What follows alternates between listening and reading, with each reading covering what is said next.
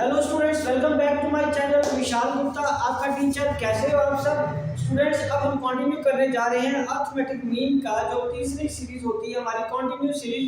मैं पिछली वीडियोस में इंडिविजुअल सीरीज और डिस्क्रीट सीरीज करवा चुका हूं। इस वीडियो में हम करेंगे कंटिन्यू सीरीज। तो चलिए स्टार्ट करते हैं कंटिन्यू सीरीज के अर्थमेटिक मीन कैसे कैलकुलेट करते हैं। मैं पहले उसके आपको फॉर्मूले लिखाऊंगा, ठीक है जी।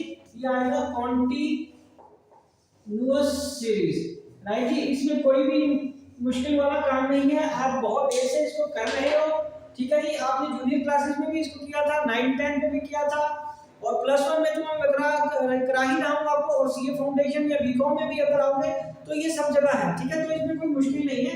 तो इसमें भी बाकियों की तरह वैसे ही है गाइस। सबसे पहले इसका आएगा डायरेक्ट मेथड, ठीक है। डायरेक्ट मेथड में इसका कौन सा फॉर्मूला लगेगा गाइस? डायरेक्ट मेथड में जिसका फॉर्मूला लगेगा x bar is equal to sigma fm, क्योंकि इसमें मिड वैल्यू होती है तो हमें सिग्मा fm लगाना पड़ेगा। ये इसका फॉर्मूला आएगा डायरेक्ट मेथड का, ठीक है जी। उसके बाद दूसरा क्या आएगा guys? Assumed mean method. Naturally इसमें आएगा अज्यूम्ड मीन मेथड। और अज्यूम्ड मीन मेथड कैसे आएगा? x bar is equal to a plus sigma fd upon sigma f। तो ये फॉर्मूला लग के आएगा, राइट जी। और उसके बाद हम कैसे करेंगे गाइस? उसके बाद हमारा फॉर्मूला किसके लिए आएगा? स्टेप डेविएशन के लिए। स्टेप डेविएशन मेथड हम जो कैलकुलेट करेंगे उसका फॉर्मूला है x bar is equal to a plus sigma f d dash upon sigma f into c, ठीक है गाइस। तो ये इसके फॉर्मूले जरा नोट करिए, फिर मैं आपको इसकी एग्जांपल कराता हूं एक एक, ठीक है जी। फॉर्मूले समझ आ गए आपको? चलें आगे, बढ़े आगे, चलो जी। अब हम इसके बाद हम करेंगे इसकी एग्जांपल। तो आपने फॉर्मूले नोट कर लिए, मैं शुरू करूंगा आपको डायरेक्ट मेथड से, ठीक है जी। तो हम स्टार्ट किससे करेंगे गाइस? डायरेक्ट मेथड से ही स्टार्ट करेंगे। तो डायरेक्ट मेथड में हमें आपको पता है कि कंटिन्यू सीरीज है, जो जैसे फॉर एग्जांपल 5 से 10, 10 से 15, 15 से 20 इस तरीके की एक सीरीज होती है, और हमें उसके लिए क्या कैलकुलेट करना पड़ता है? मिड वैल्यू लेनी पड़ती है। तो चलिए हम भी वही स्टार्ट करेंगे। पहले मैं यहां लिख रहा हूं डायरेक्ट मेथड। क्या आएगा? डायरेक्ट मेथड, ठीक है जी। ये थोड़ा सा मुझे ट्राई करना पड़ेगा, थोड़ी सी ढीला लगता है ये बोर्ड।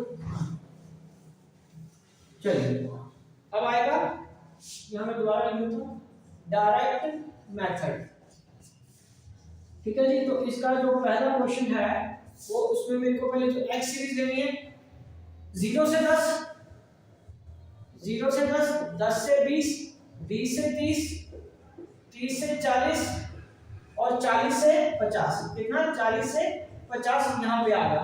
उसके बाद फ्रीक्वेंसी, फ्रीक्वेंसी कितनी है गाइस? क्वेश्चन में जो गिवन हो सकती है 2, 3, 4, 5, 1, और ये आएगा sigma f is equal to 15।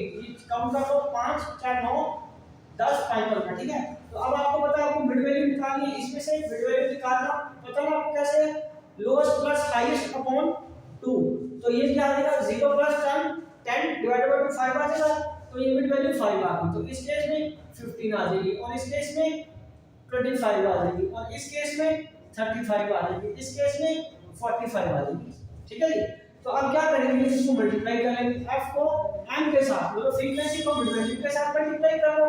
तो ये आएगा 10 आ जाएगा, 15 से 45, 55 का 100, और 35 को 5 से मल्टीप्लाई करके आएगा 175, और 45 को 1 से मल्टीप्लाई करके 45 ही रहेगा। तो इसमें आ जाएगा सिग्मा fm। सिग्मा fm का टोटल कितना आ रहा है? 375। तो अब इसका फॉर्मूला अप्लाई कर देंगे यहाँ पे, सिग्मा fm तो upon sigma f। Sigma fm कितना? 375 अपॉन 15, क्योंकि ये f तो हमारा 15 ही है ना। तो चलिए इसको डिवाइड कर देते हैं, हमारे पास कितना आ जाएगा? इसको कैलकुलेट कर लो, कितना आ रहा है हमारे पास? कट के आ जाएगा ये 25। ये कितना पे आ जाएगा? 25 पे। ये कैसे आएगा? ये देखो 375 डिवाइडेड बाय 15, 15 30, ये आ गया 7, ये 5, ये 25, ठीक है। तो ये 75 पे चला जाएगा। तो ये 25 आपका मीन कितना आ गया? 25 आ गया, ठीक है जी। तो मीन कितना आ गया आपका? 25 आ गया। ये डायरेक्ट मेथड था। अब हम आगे बात करते हैं गाइस नेक्स्ट मेथड की, ठीक है जी। नेक्स्ट मेथड कौन सा है हमारा? assumed mean मेथड, तो चलिए नेचुरली आपको पता है कि मेथड चाहे कोई भी हो answer shall remain the same. तो हम सेम अगर सीरीज को यूज कर रहे हैं तो आंसर कोई भी मेथड यूज करो तो आंसर यहाँ जिसको एवरेज बोलते हैं या मीन बोलते हैं वो सेम ही आएगा। ठीक है जी। चलिए अब हम आगे बढ़ते हैं सेकंड मेथड की तरफ, assumed mean method. assumed mean method, assumed mean method क्या चीज है? assumed mean मेथड है हमारा x कितना 0 से 10, 10 से 20, 20 से 30, 30 से 40, 40 से 50। f 2 3 4 5 1 sigma f is equal to आ गया 15, 5 और 9 1 10 5 15। और उसके बाद मीन कितना है? मीन है 5, ये है 15, ये 35, ये 45, ओह मैं गड़बड़ कर 15, ये के पास ये 25, ये आ जाएगा इसका मिड वैल्यू 35 और ये 45। कैसे कैलकुलेट किया? ये देखो 5 और 0 और 10 के बीच का 5, 10 और 20 का मिड वैल्यू कितना आया 15, 20 और 30 का 25, 30 और 40 का 35, 40 और 50 का 45। तो अब हमें क्या कैलकुलेट करना है? डी। डी आपको पता है कैसे कैलकुलेट करेंगे? m माइनस a, और a इस केस में मैं क्या लूंगा 15, बिकॉज लोएस्ट और हाईएस्ट के बीच में जो फिगर आ रही है वो ये ले लेते हैं, चलो 25 ले लेते हैं 25। तो इसको हम माइनस करेंगे m में से a माइनस का कितना आएगा -20। ठीक है जी, कितना आ गया -20 और ये आ गया -10, 0, 10 और 20। तो अब क्या करेंगे? f को d से मल्टीप्लाई कर देंगे, ये रहा हमारा f और ये रहा d। तो 20 गुना 40, ये 40 माइनस का आ गया। ठीक है, 3 - 10, ये तो 0 ही रहेगा, और ये 5 10 50, और 1 को 20 से मल्टीप्लाई करेंगे तो 20, तो ये माइनस का 70, ये प्लस का 70। ठीक है जी, ये कितना आ गया प्लस का 70। तो ये सिग्मा एफ डी कितना आ गया 0। सिग्मा एफ डी गाइस कितना आ गया 0। नाउ फॉर्मूला लगा दीजिए a plus sigma F D upon sigma F, वो क्या आ जाएगा गाइस? a कितना है हमारे पास 25 प्लस ये तो 0 है अपॉन 15, तो ये आ जाएगा 25 जमा 0, दैट इज मीन कितना आ गया गाइस 25। तो ठीक है, चलिए इसको नोट करिए। समझ आ गया आपको? ओके जी। अगर आपको कोई भी डाउट हो तो आप कमेंट बॉक्स में मेरे को अपनी क्वेरी ज़रूर सेंड करिए, मैं आपको इसका सूटेबल रिप्लाई ज़रूर दूंगा। ठीक है जी, बहुत सिंपल क्वेश्चन है। चलिए अब हम आगे बढ़ते हैं इसके तीसरे फॉर्मूले की तरफ, स्टेप डेविएशन में उसकी हम प्रॉब्लम सॉल्व करेंगे। तो मैं बाकी चीज़ें यहाँ वही रहने देता हूँ क्योंकि सीरीज सेम रखनी है मेरे को। ठीक है, यहाँ से थोड़ा चेंज होता जाएगा हमारे लिए सब कुछ, यहाँ से फॉर्मूला भी चेंज हो जाएगा ना, ये सब कुछ चेंज हो जाएगा यहाँ से।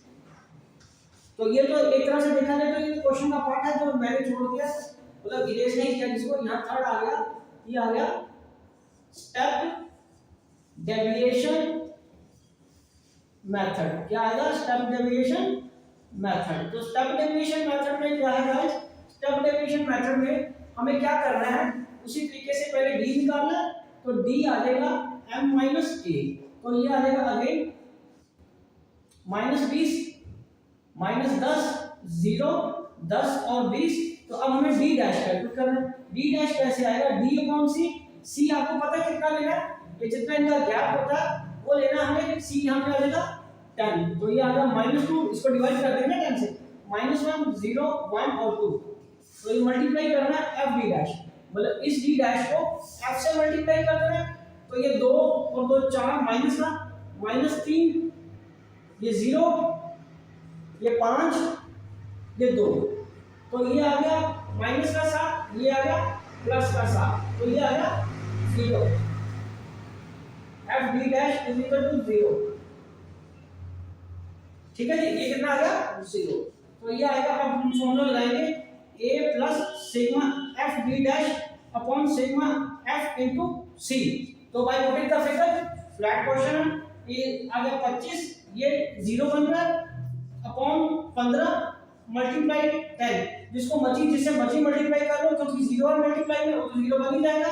तो अब हमारा मीन कितना आ गया, x is equal to 25 plus x bar is equal plus कितना आ गया 0, तो x बार कितना आ जाएगा गाइस 25। तो ये रहा आपके क्वेश्चन का आंसर। तो देखिए जरा समझ आया आपको, पूरा नजर आ रहा है ना आपको बोर्ड? यस। तो अच्छी तरह समझ लीजिए इसको, बहुत सिंपल क्वेश्चन है। ये टॉपिक तो चलो यहाँ कंप्लीट हो गया। अब इससे अगले जो हमारे पास टॉपिक आएंगे मिसिंग फ्रीक्वेंसी वाला, कंबाइंड मीन वाला, ठीक है जी, वो मैं आपको नेक्स्ट वीडियो से कराऊंगा।